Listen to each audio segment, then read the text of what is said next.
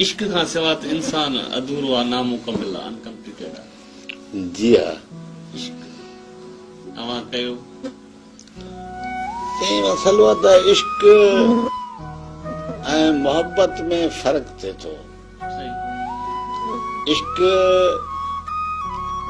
थींदो कंहिं पहाड़ी चश्मे मां पुरशोर आवाज़ सां वहंदड़ नदी वांगुरु, ऐं मोहब्बत थींदी आहे ॼण किंजर किनारे ते नूरी पाज़े पायो आस्ते आस्ते घुमे थी पई।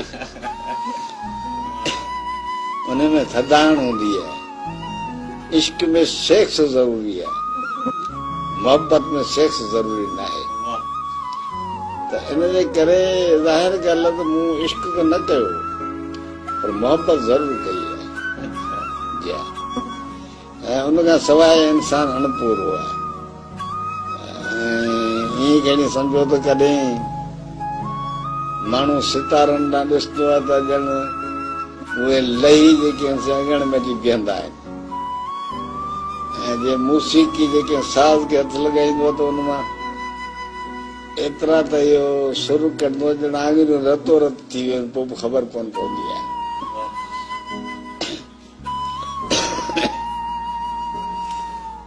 त बहरहाल कयो, बल्कि मूं सां कयो वियो।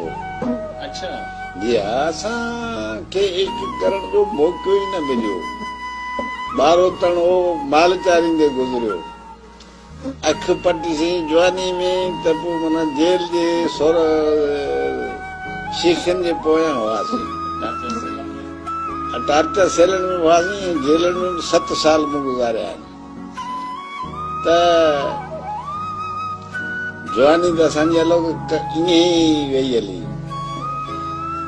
त बहरहाल मोहब्बत करूं त ॼण रगनि में रबाब वॼाइण जे बराबरि आहे। त हुनजे करे उन खां सवाइ माण्हू रही बि नथो सघे।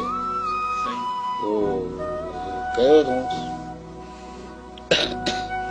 बल्कि मोट ॾिनी अथऊं। जी हा, मोट ॾिनी जंहिं अव्हां सां इश्क कयो उन अव्हांखे हासिल कयो न आऊं करे सघियो न उहे करे सघिया। अच्छा जी हा, उनजो दुख आहे ताईं का तजस्सुस न आहे, वास्तो आहे न ताईं।